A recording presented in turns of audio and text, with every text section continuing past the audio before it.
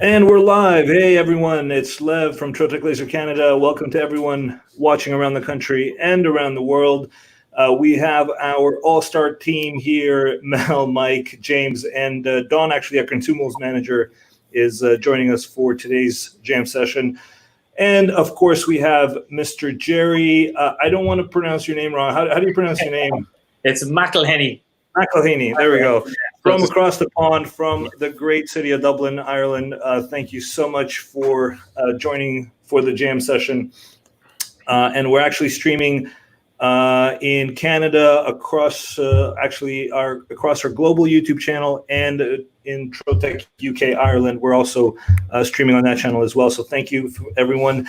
If you can give us your comments, let us know where you're from in the chat. I'll post them. And we're basically going to do this just like we've always been doing for the last couple of weeks. We're going to go through Jerry's kind of business, ask him questions, discuss lasers. And yeah, so thanks again for joining us, Jerry. If you want to give us a quick intro, tell us about yourself, about the business. Yeah. So we are a business that is around for the last 33 years. We're a family-run business. It originally started with my mother and my father.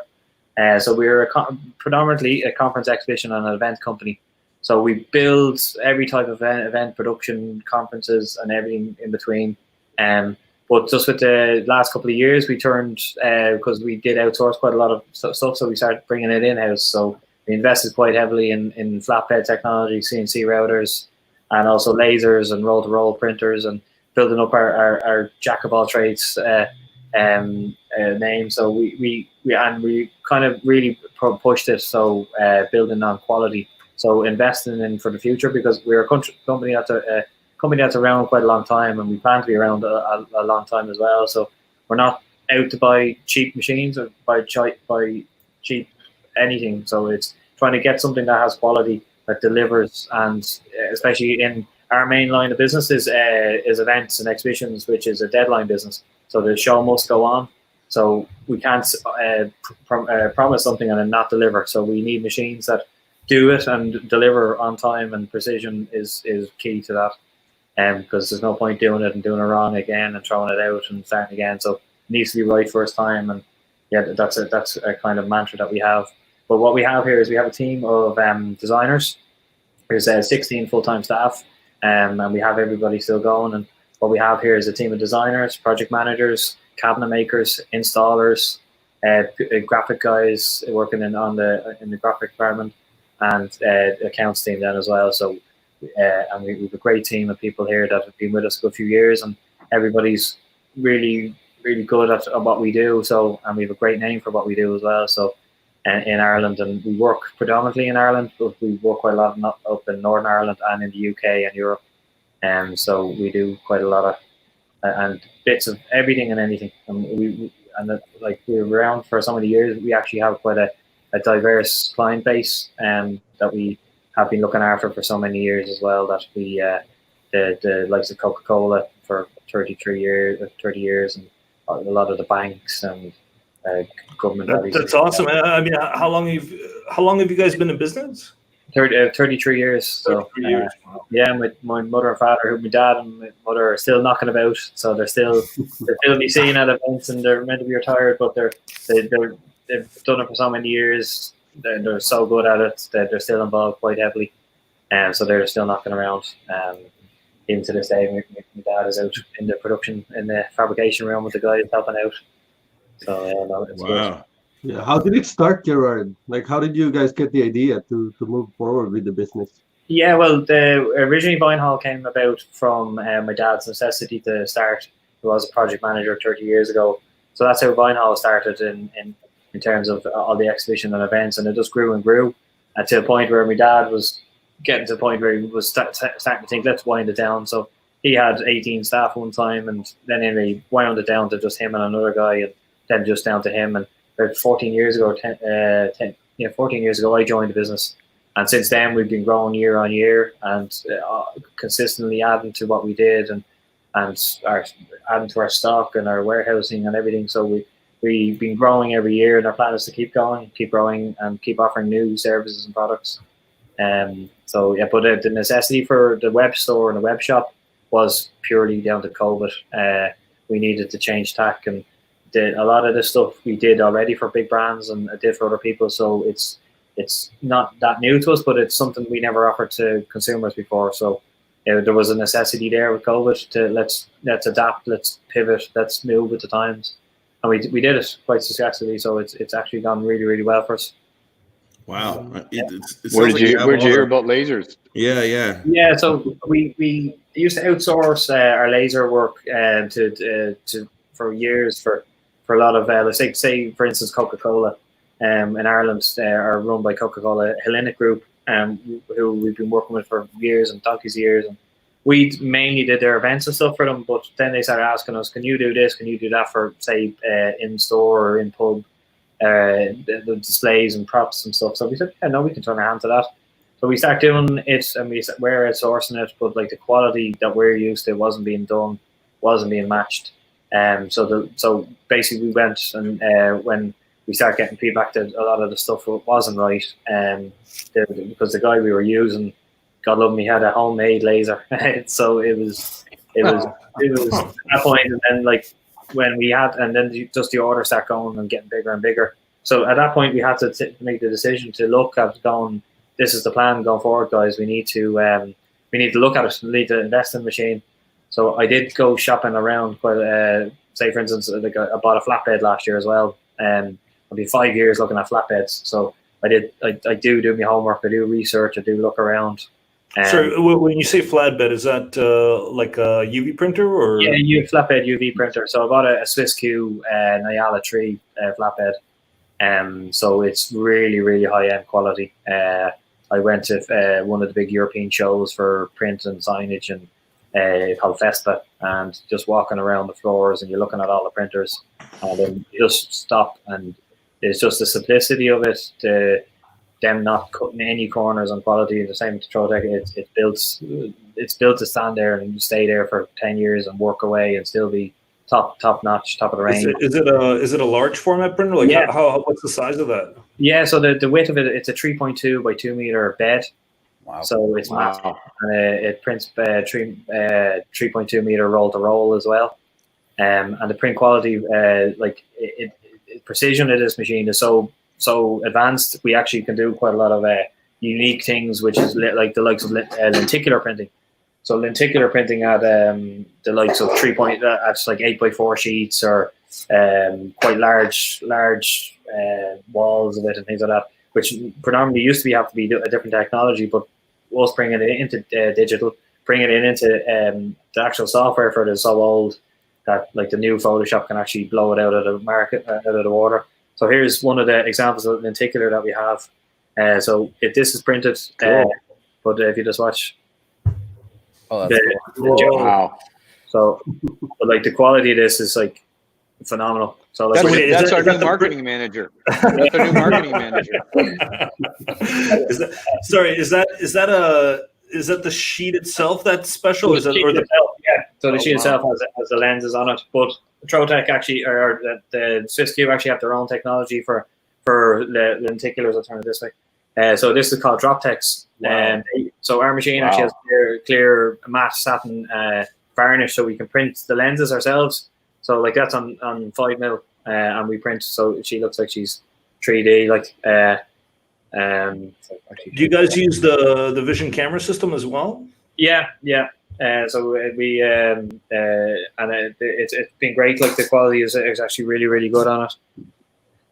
So the likes of the printers, and again, like the Swiss Q is the Rolls Royce of flatbed printers. So we that's why we went for it. Same with the Trotec. The Trotec, there's a lot of competitors out there, and price point wise, like you look at it and you're like, oh, why is this? And if you actually stop and look at the machines and what they do, and you actually understand that you need quality, you need precision, and you need a machine to be right. Like when so these boxes I'm actually showing. So these are UV printed. I'm guessing with the CNC machine. The same machine, yeah, and flat printed. And what do you guys do with these boxes? Like just for gyms. So we sold quite a lot to gyms. So for the likes of CrossFit, people at home as well, because all the gyms are closed here, and they actually were really popular for people having their home gyms. So they're for building agility and speed. And unfortunately, none of us would know about working out from home, so it's a bad crowd for. Hey, I do. I do. I was going to say one thing in browsing through your store that I was really impressed with is the way that you've used one machine to complement the other. So many of your custom designed, say like the incline boards, offering custom prints on the surface of them and things like that. Sort of in that vein, though, I was curious about how you find that the laser and the flatbed side of the business complements the sort of original thrust of the business. Like, how do those two parts of the business work together? The sort of displays and live portion of the business with the flatbed side.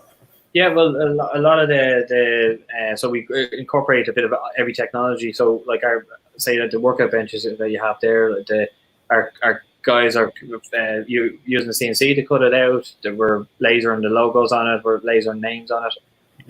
But we're also like flatbed printing on it. So we're using all our attributes. We're using our guys in the fabrication. They're making it. They're sanding it.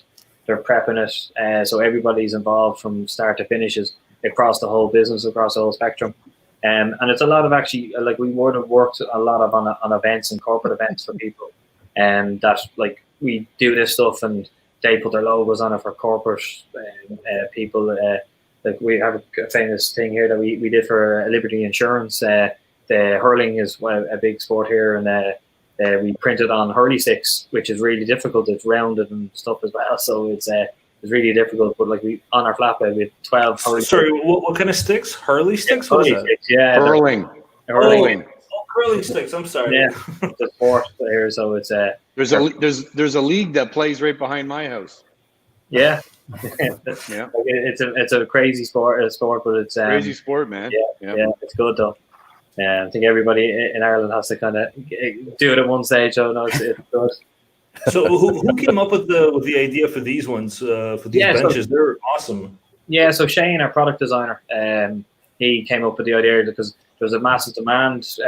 We were getting messages off people saying some of our gym equipment, they were like, "Oh, can you do X, Y, and Z?" And so Shane went off and came up with an original idea of a flat pack workout bench. So that bench, actually, you don't need any tools to assemble it.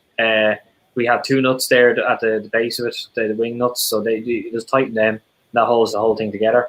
And it's flat pack. So you can take it apart again and put it, say, under your couch or put it in a press or wardrobe. It takes 30 seconds to assemble, 30 seconds to take apart. And we've actually, what we did with that, because we are selling and there is going to be quite a lot of weight on that.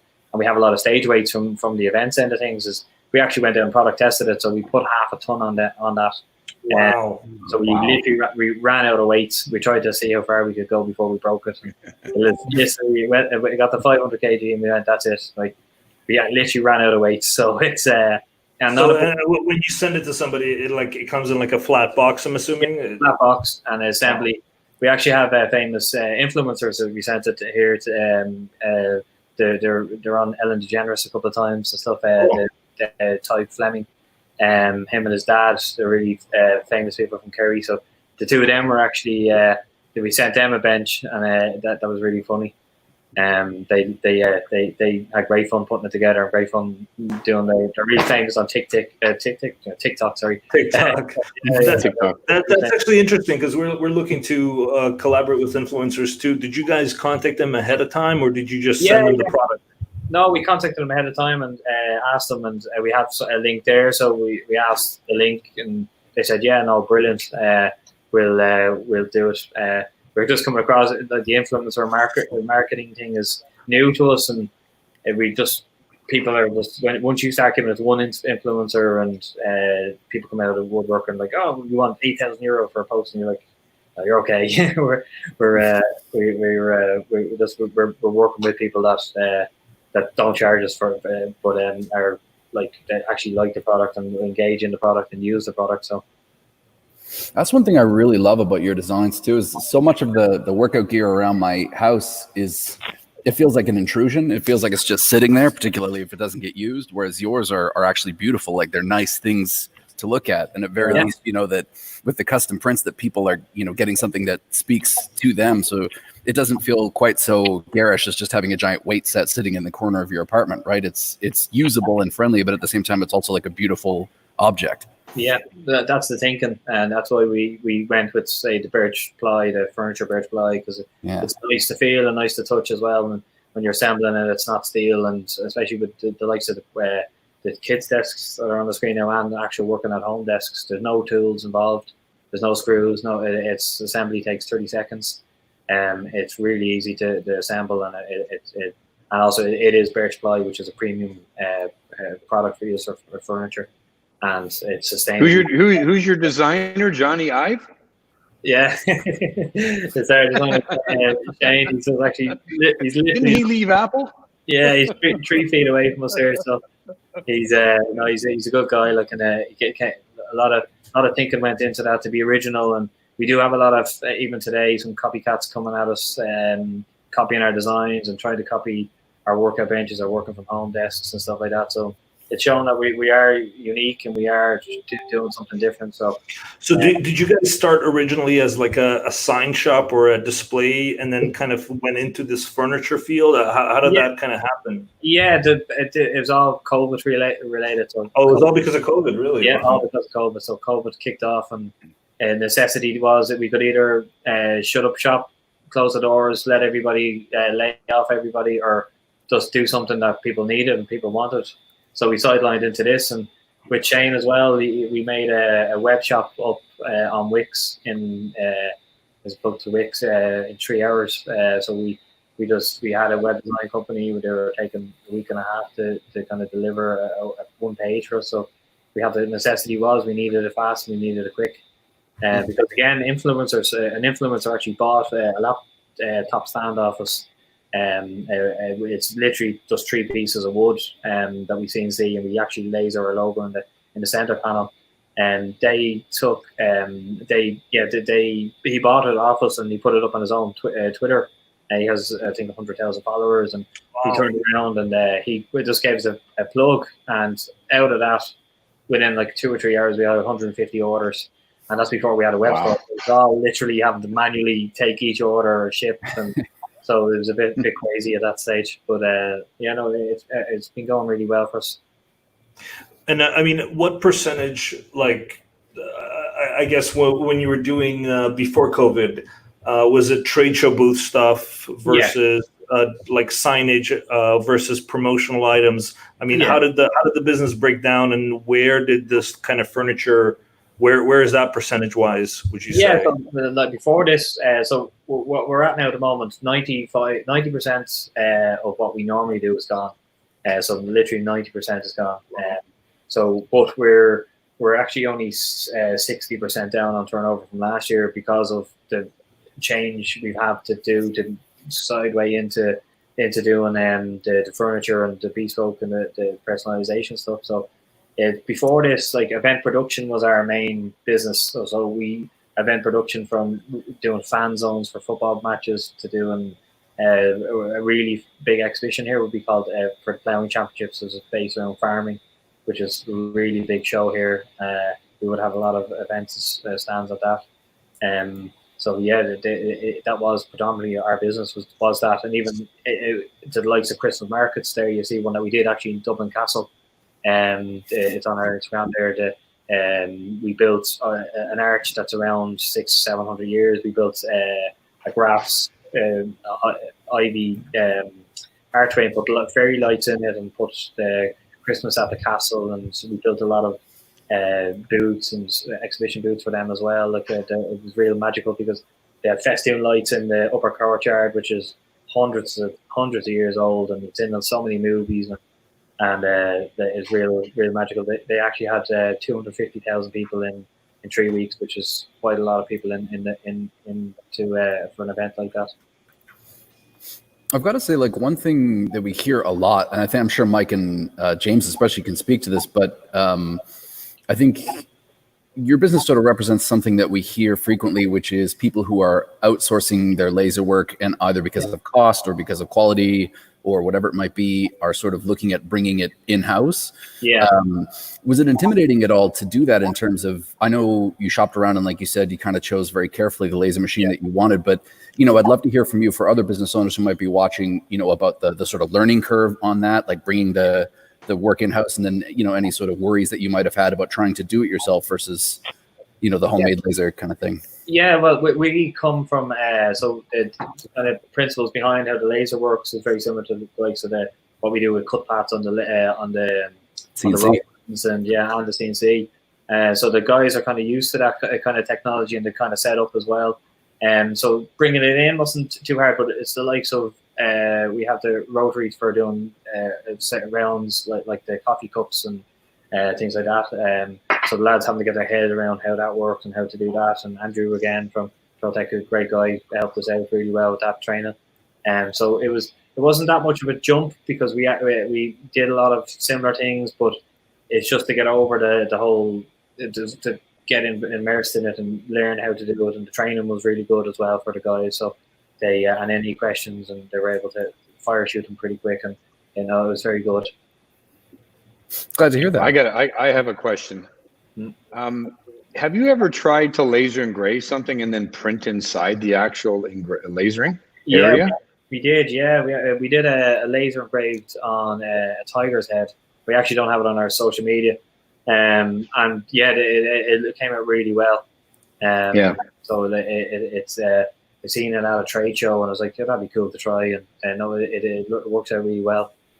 See the CNC machine we have there, like its quality is phenomenal.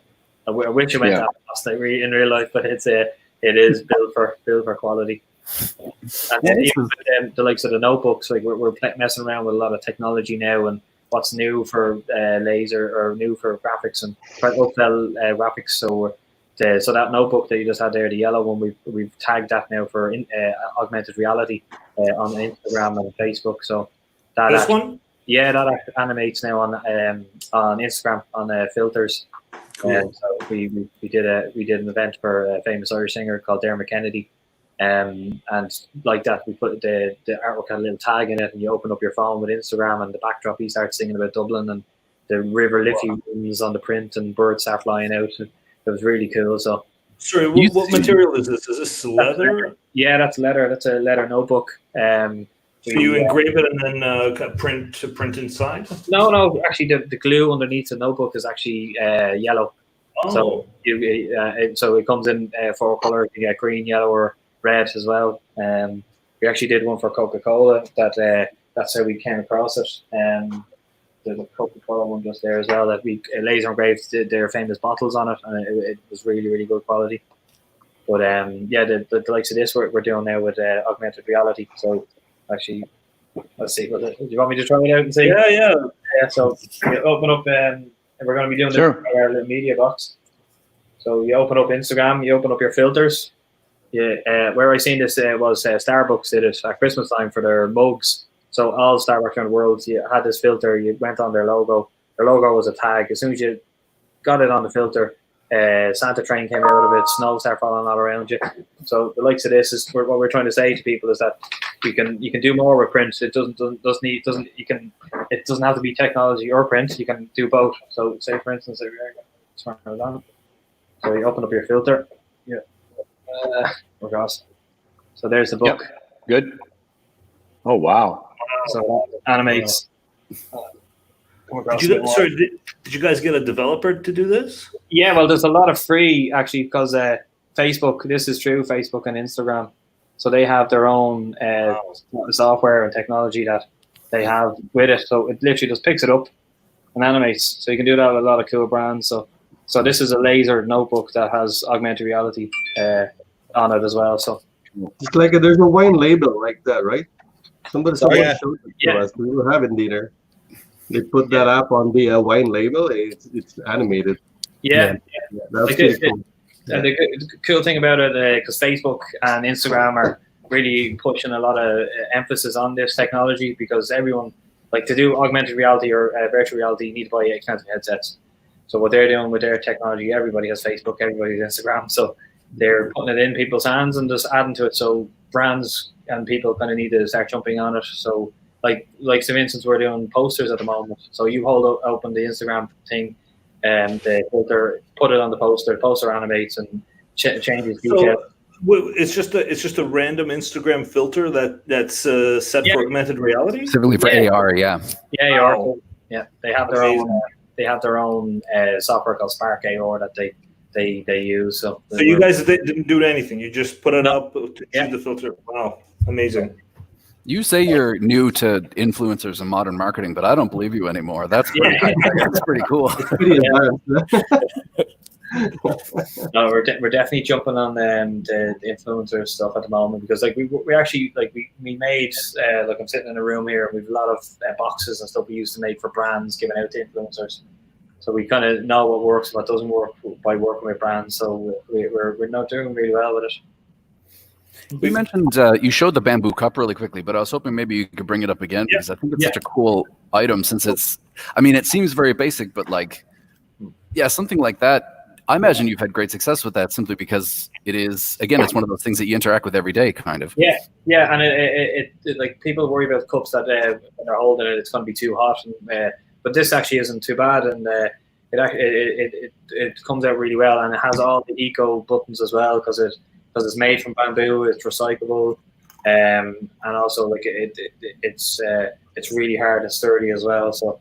And also like with the personalization, we're putting people's names on it, so you know that's your cup, and especially with now COVID and a lot of COVID stuff going on, it's becoming more and more popular. And again, if it holds the full can of Red Bull, then Don will want it. Yeah. And our monster drinks. There he goes. He has his monster drink. Monster is one of our big clients as well. So. There you go. Big shout out to them guys. Just put your Instagram filter over this can right now. Yeah. Wait, so Jerry, how like if they want to personalize it on the website, can they personalize it on the site, or they have to send you a separate note with it? They have to send a separate note. So it's just, we have our Shane and Chris designers here working away that we have templates set up. It's really quick and really easy for them to do. So. Do you sell anything on Amazon, like any of these products? No, not yet. No, we are looking at possibly doing that on ST as well. So, because we did a webinar a couple of years ago for Amazon Custom with Nazani out of Utah, and back then, like 2-3 years ago. I don't know if you've heard of Amazon Custom, but it's a website. It's Amazon, but you can put customization like coffee cups and mugs and pens and all that kind of stuff right on their website. It wasn't available anywhere outside of the US at that point. I don't know if it's still now. I don't know if you've researched into that. No, not yet. Because again, this is since COVID started. This is kind of new to us, the business to customer market, because predominantly everything we did was business to customer. There's my wife Emma there as well. So. It's funny. Almost looking at your Instagram, you could tell when COVID hit. It has like trade shows, and it goes into like the furniture stuff. It's pretty interesting. Wow. Yeah, and it's again showing off a lot of our ingenuity in being able to change tack and do what people needed and what they wanted as well. So like that, the COVID screens for office blocks, and we're doing quite a lot of them now at the moment as well. So. Anything and everything people need, we're here to help, and here to help people with what they want. Yeah, do you get your acrylic from Trotec, Gerard? No, we get but we do. We get quite a lot of different types of acrylics, and but not all our acrylics, because we have to CNC some of our acrylics as well for the likes of the screens, so we have and then polycarbonates and stuff like that. So, for fire ratings, so we do buy quite a lot from Joanne in Trotec. She's really, really good, and she's really helpful as well. So, have you guys done any kind of face shields or just mostly the screens? Yeah, well, so unfortunately, about 6 weeks now, my daughter bumped her head, and she's 2 years old, Orla. She was running around, and it was just one of those things. She slipped, and anyway, when kids bang heads and stuff like that, I'm 3 now, so once they go quiet, you're like, right, something's going on here. So, and she's a girl, she doesn't stop talking. So if she went quiet, something's wrong.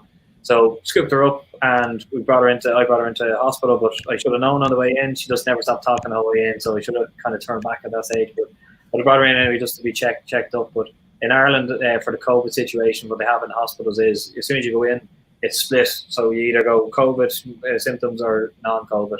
So we went into the non-COVID part, and when I was in there, I was looking through with all the doctors and nurses dealing with the kids, and they were literally head to toe in full PPE gear. So after that, it kind of spooked me, and I was thinking it's really going to spook the kids. So what we looked at is a solution for that. That I've reached out to Temple Street, which is the hospital at the moment. We're doing a lot of proof of concepts for them at the moment, and going through. So like child-friendly face shields. I actually have some of them here. So we laser cut this out, and we flat printed it. So that's cool. Wow. Also, there's a lot of like one. Yeah, that's good. I love it. I love it. Yeah. So even to the point of where we're doing like funny ones that like literally what we've done is kind of gone out with them with a proof of concept of like that's awesome.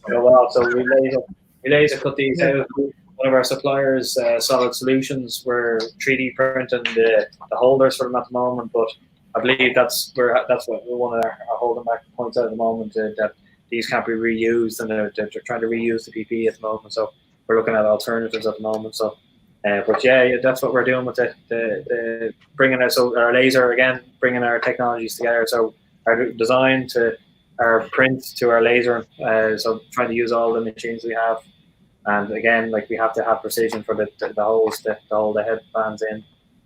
Yeah, it's funny. I've seen like Latin America, and I think in Italy too, they would have like acrylic attached, but I've never actually seen UV printed. But it makes so much sense, obviously. Yeah, and especially on our machine with the Swiss Q has the Eco Green Guards with in terms of technology for the inks, and the inks are inherently terror vulnerable as well. So when they do bend and stretch, they don't crack, which is a problem with most UV printers.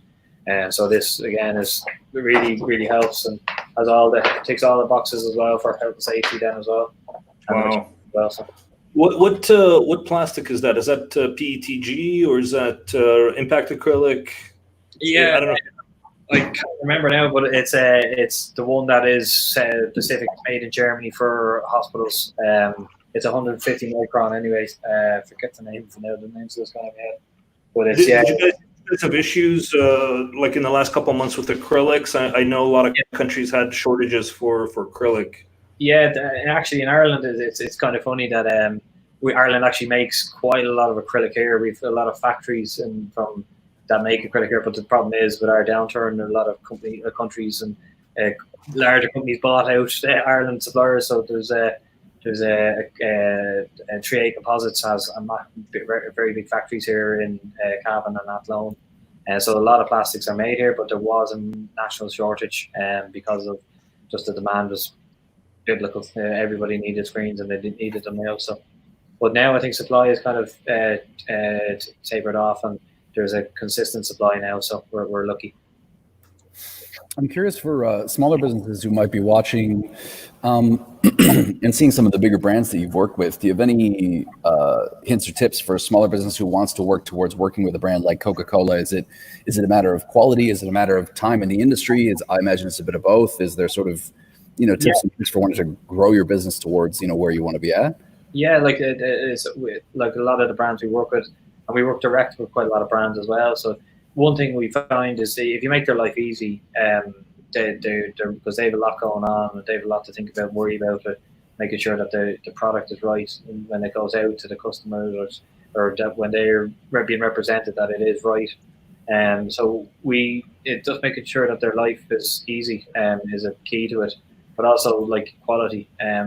They can't have anything with their logo on it being rubbish and literally be thrown away. Like they need it to have quality, especially now.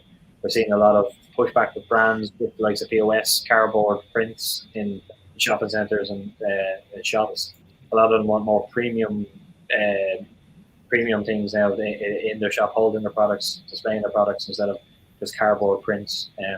So we're doing a lot of bespoke and unique things now that clients are, and speed of delivery is very important as well. So that's one thing we're very good at here because of the event and exhibition game is that we're so used to dealing in with the show must go on. So deadlines are deadlines. And we hit them. We hit the deadline. So and we're so used to it. And we're continuing it now into business to customer. So turnarounds, even on custom made products and lean business practices. So we're the little 2-second rule for our manufacturing business now at the moment. So we're doing that, and it really is paying dividends. What are the challenges dealing with giant corporations like that? I would imagine it's totally different from your average customer, right? Yeah, it is. Yeah, and Ireland is kind of very unique as well in Europe, because we do actually have quite a lot of large companies here that come here to exhibit, to hold events, and to that have their headquarters and are based here.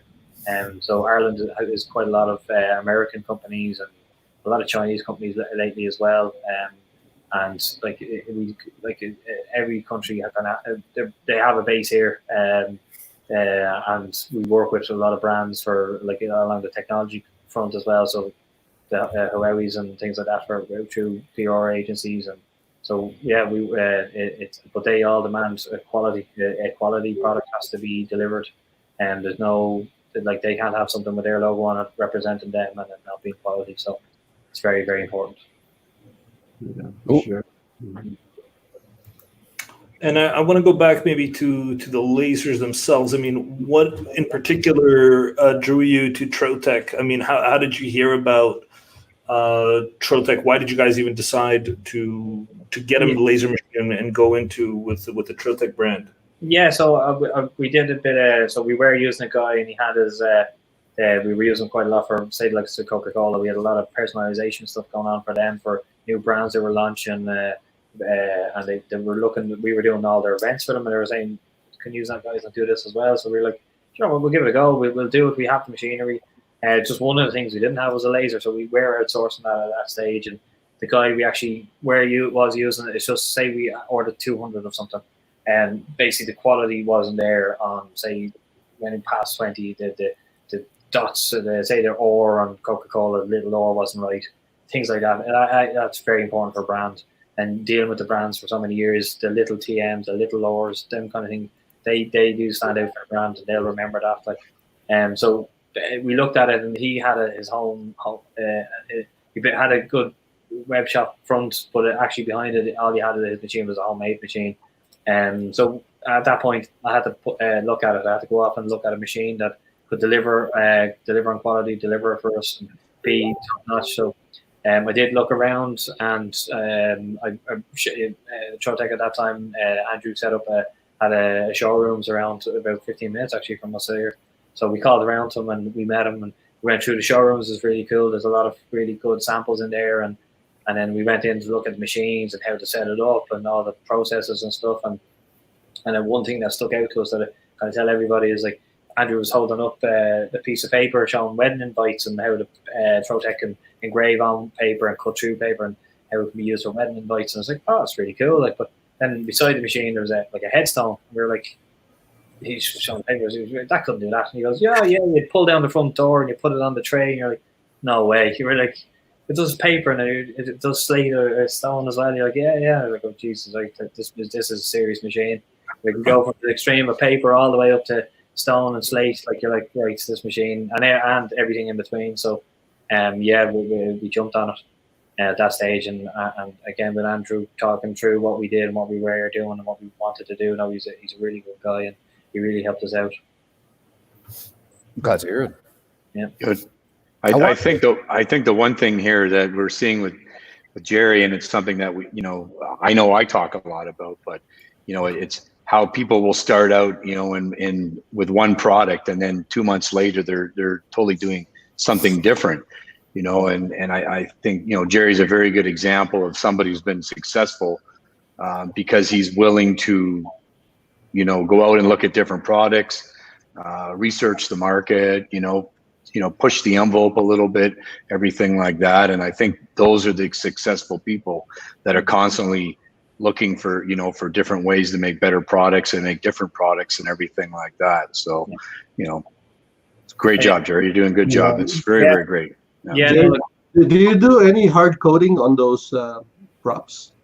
Yeah, we do. So some of them, we do some spray painting here, and we're actually we're investing now in the moment for a bigger, better spray booth at the moment. So But yeah, no, we do finish a lot of finish off a lot of what we do. And it's mostly done in house. And a lot of that, like we built up a lot of the walls there and bubble walls and stuff like that. So that's all done on the scene. I saw the Coke bottle in there. So you guys did that as well, right? The big Coke bottle. So is that out of polyurethane foam or? Yeah, it was done. Yeah. And we actually originally it was done on foam, and then we were very polyurethane, right? Yeah. Sorry, I'm just showing a quick video from your YouTube channel. Can you tell us about this? What is this project? This is a project. There's a famous brand here called the Burn Smokehouse. So they make smoked salmon, but it's farmed in a sustainable way. It's not wild salmon, so it's farmed in west of Ireland, off Clare Island, which is a really picturesque place. And so yeah, we worked with a designer, Derek Darlington, from Rocket Science. So he came up with all the creative of this. So we worked with him to see what was deliverable, to the point of where he hand carved that house. We plastered the wall, and he hand carved and hand painted that house. So he's a really good guy, and he's really he knows his stuff. But like look, all the parts in that, we printed everything. We made the walls. We did a dynamic light box. So there's inbuilt LED wall there with dynamic lights in it that it highlights all across the west coast of Ireland. Because the Wild Atlantic Way is a very famous journey that is really, really good here. This place, Burn Smokehouse in Listonbarna, is actually part of the Wild Atlantic Way. So like 10 minutes down the road is the Cliffs of Moher. So it's really picturesque area. But this is kind of showing the history of Ireland with salmon, the salmon and knowledge, the Cuchulainn, and a lot of that real history and folklore as well, and then showing the history of the how we used to be fished in Connemara and to show some of the props and stuff. So we made everything there and printed on the walls, and then showing from the old history to where it is now in modern technology and fish farming. And again, we used on that wall, we did a full 3 meter by 2 meter drop text, which that lenticular technology in that building there as well. So then there's some of the more lenticular. We did that with Coca-Cola, and they sent it to Disney, the guys who run that. And the man just was looking at it, he's like, it looks great, it looks amazing. I just don't know what I'm looking at. So like, I can't use it. It just looks great, but I don't know what it is. But it was really good. Just again, proof of concept for them. And we actually did a lot of shops for Coca-Cola in Ireland. And I just got a text off one of the guys from there that some of the lenticular printing that we did was actually stolen off some of the shops, and we have to go back and reprint it now.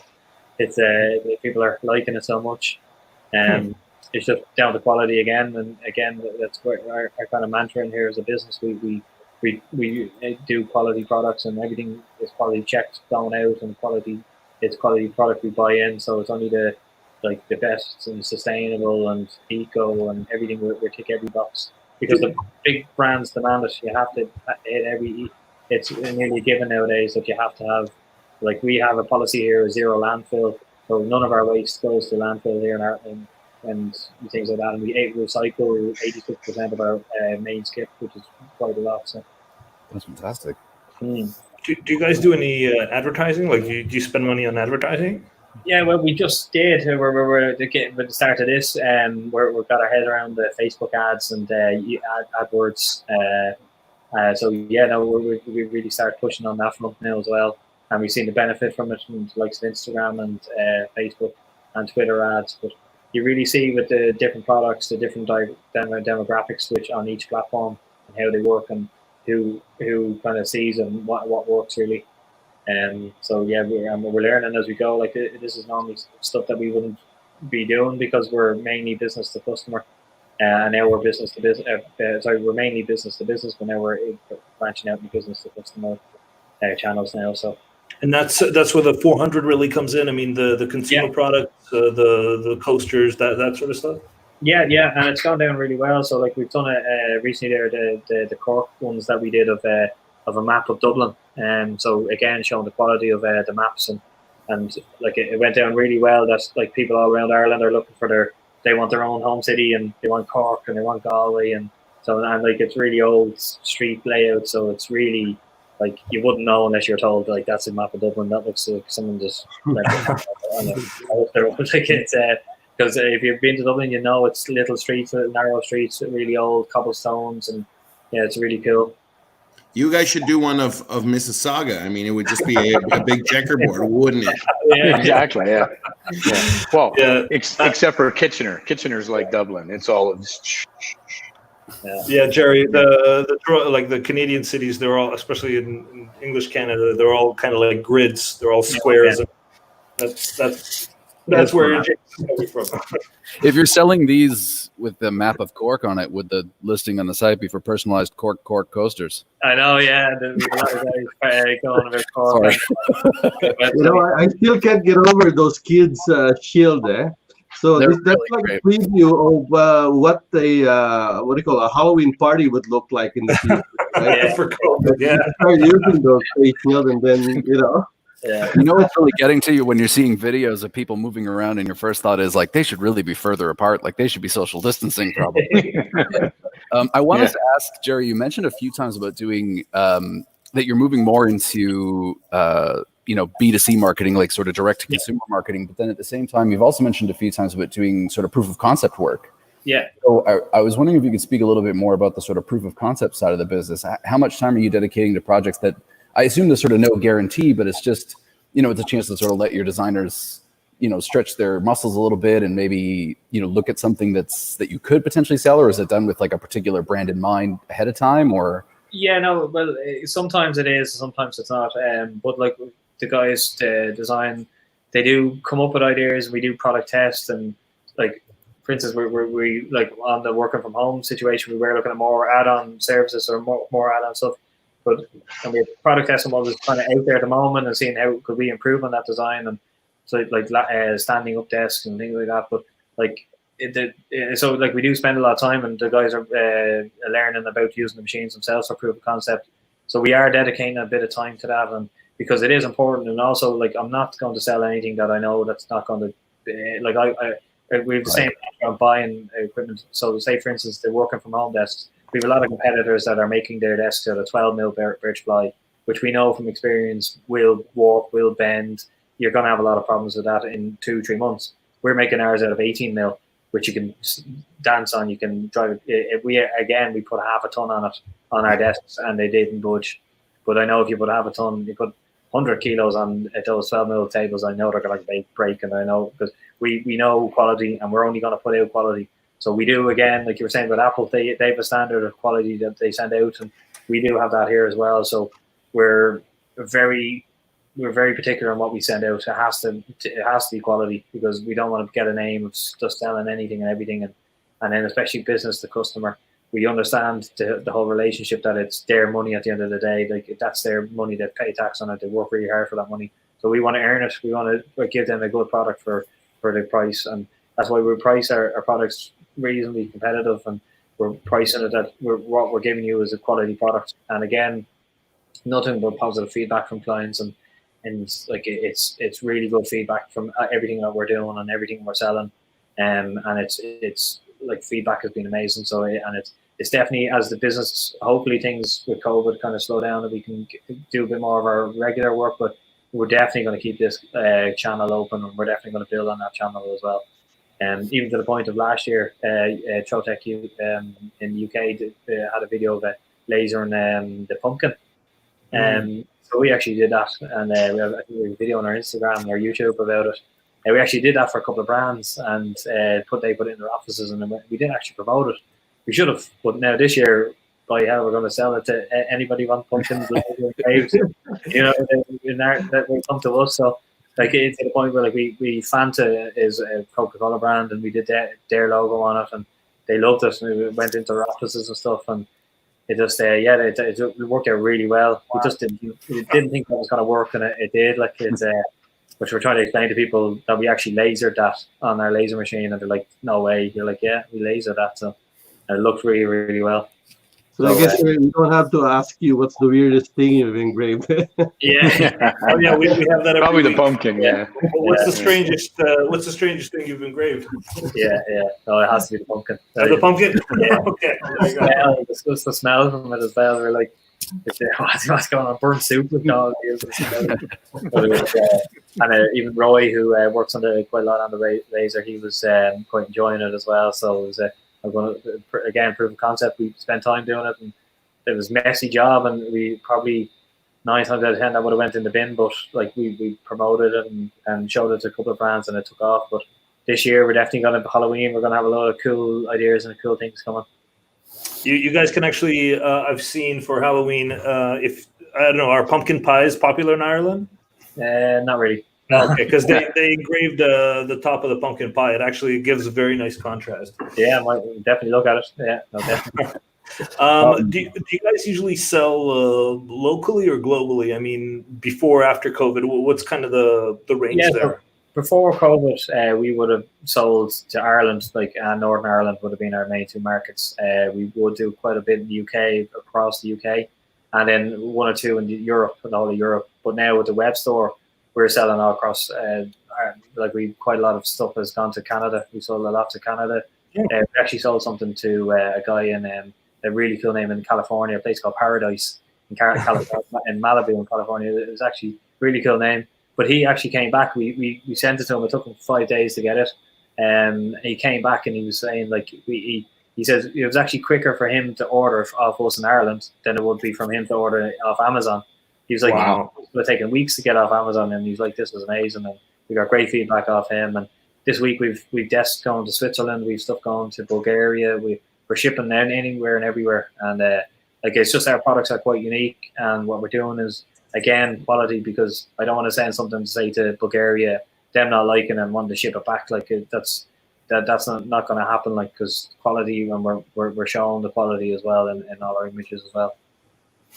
I was curious. We get a lot of questions about pricing when we do these webinars. So certainly, you're not obliged to answer any of this, but you mentioned the importance of pricing reasonably, and then I was curious if you do any sort of modifications on pricing when somebody is asking for something custom. Like now that you have that opportunity to do kind of custom pieces for, somebody who's a Liverpool fan or somebody who's a fan of not a good football team, if you wanted to charge a surplus for a custom piece, or would you sort of try and build that into the original price? Or yeah, well, we definitely charge for custom. Like that's actually funny you say with Liverpool. The night they won the Premiership, we got a custom order that night, and that's what they wanted. And it was actually real funny. Like we came in the next morning, we're printing it, and we're sharing this on social media. They're so funny. So we do actually have to charge for customization, because we have kind of set out giving people a broad spectrum of, say, the custom prints or the custom things they could do with their products, with our products. But when they do need customization, say for instance, we have an order in there for, but we have a set limit. So when you're on the site, you can see what the customization is going to cost. It's not mad money, like it's only extra 35 quid. So we're not ripping people off, but it does take extra time. So like Shane or Chris in the office have to design up what the changes are, the modifications, the new artwork or the bespoke artwork that they want, making sure the quality is there. So, for instance, we did one yesterday or the day before for Overwatch for one of the video games. We made sure that it was really, really good quality, because the flat bacon print, it's 2100 dpi optically, so it's really high-end quality. And so the better quality image you can throw at it, the better it comes out. And same with it needs to be. That's why customization, we do have to charge extra for it, because it takes more time and it's the whole add-on to it. But we give people, there is a stock option there for quite a lot of stuff, but if they do want customization, you do have to charge for it. Yeah, and I think that's always important, that people get reimbursed for the time that they put into into producing the product. Yeah, right? But we do, again, we see a value in it, because we're not ripping people off, and we do, again, it's the whole principle of the store and the shop that we are telling people that this is, we say to our team meetings as well, that it is people's money at the end of the day. They've worked really hard for this, and this is not a company. They're not a brand spending money. This is their own hard-earned cash. So we have to work for it, and we have to deliver a good quality product for that money. Well, I imagine when you do custom pieces like the Overwatch piece, you also hopefully learn something. Your designers learn something, so that the next time they're doing a piece like that one, they might sort of know, some tips and tricks that they can reuse on future projects, kind of thing, hopefully, right? Yeah, and that's the whole lean business principle as well, that kind of have the guys in from the start, from when we take in the order all the way down to delivery. We're consistently building and adding to it, because the whole business customer from ordering to delivery is new to us. So for even on the website, we've automated the orders that they go directly to the guys on once in the morning, so they have their full list of orders, and we've automated quite a lot, and we're continuously improving. Even on the CNC, from the file preparations, we've changed the way we normally do stuff, because main material we would have used is fiberboard with MDF and plywood and stuff, but so we've changed a lot of what we're doing. We're speeding up the cutting process, speeding up the sanding process, speeding up the packaging process, and also the printing process as well, from the design as well. We've templates set up, the guys go in straight away. They know they're putting it at life size, so they can see any anomalies or any problems with any artwork is sent. So yeah, it's speeding up consistently. We're always making small improvements along the lean business model, so that the guys are really buying into it, and they're coming up with ideas themselves, and they're consistently adding to it. So I know it's good. It's good. That's awesome. And I mean, in terms of advice, for people that are getting into the laser business or the display business, what may be final? I mean, we're almost at the top of the hour, so I kind of want to leave you with that question. What kind of advice would you give for new businesses?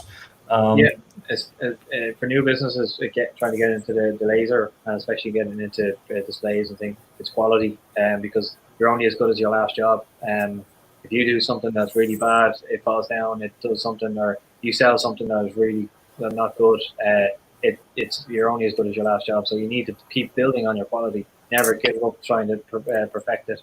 And it is really important to us as a company that our guys are really bought into it. The kind of motto is happy customers are paying customers. So always keep the customers happy. And when the guys are installing jobs, so always checking, and before they leave a job, they're checking, and always we're taking photos and making sure the client is happy. So it is very important that you need to be hitting quality. Price is different. Like if you're going low cost, you're going to get caught because the margins aren't there. You can all keep undercutting people, but you need to make money at the end of the day. So you need to be doing things reasonably, not ripping people off. So value is very important. So giving out at a good price, really good quality, and speed of delivery is also very important. So you need to be able to deliver. You can't take an order for a personalization piece and then leave it for 2 weeks. You need to be delivering it. You need to get it done. You need to get it out the door, and you need to keep the customer happy. Yeah, that's fantastic. Yeah, the one thing I always say is that, you have somebody like Gerald who just think of all the people in the world that are getting orders because they're seeing Gerald's product on Instagram or whatever.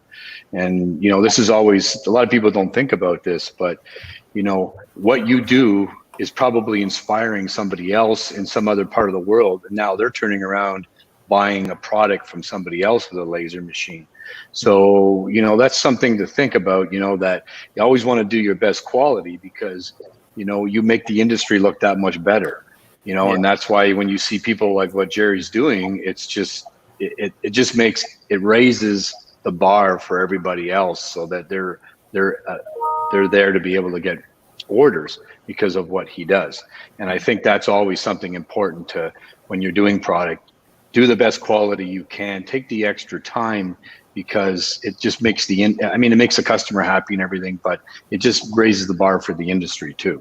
It's not the price that creates loyalty. We all know that, right? So yeah.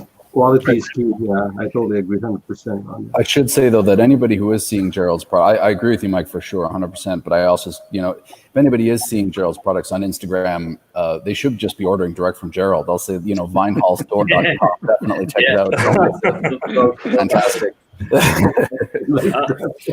Just a quick question: how much is the entry level system? So we don't usually give pricing on these kind of things, but we can in Canada say that we offer the RayJet. It's usually at a $300 per month lease, so that's kind of the entry level system as a RayJet. But if you're not in Canada, I would probably talk to the local distributor or the local Trotec rep.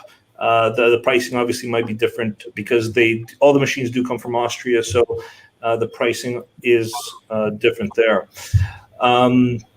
Any final questions for Jerry before we're just at the top of the hour? What's the strangest thing you've ever engraved? Oh, he answered that already. You already answered that. It was the pumpkin. Oh, that was it. Okay, sorry. Yeah, that was the pumpkin. Okay. Yeah, well, I just really want to thank Gerard. You know, gave me so much inspiration. Now I want to work on my basement, my man cave there. Make it look like, you know, what you have there with the with all the props and stuff. Yeah, very, very cool. Yeah, I like it. Jerry, I know you just got your, or I guess you recently got your large format UV printer. Is there you have sights on a large format laser by any chance anytime soon? Yeah, Andrew has been plugging it, and I did go to Euroshop and have a look at it as well. So no, Andrew and I'd say Andrew's a good guy, and he's always checking in with us to make sure we're happy, and he's a really good guy for helping out. So, and any little problems, he's there to help. So, and he keeps reminding me about the larger lasers there. Good guy. Well, if you have a large format CNC, large format UV printer, the next up is the large format laser.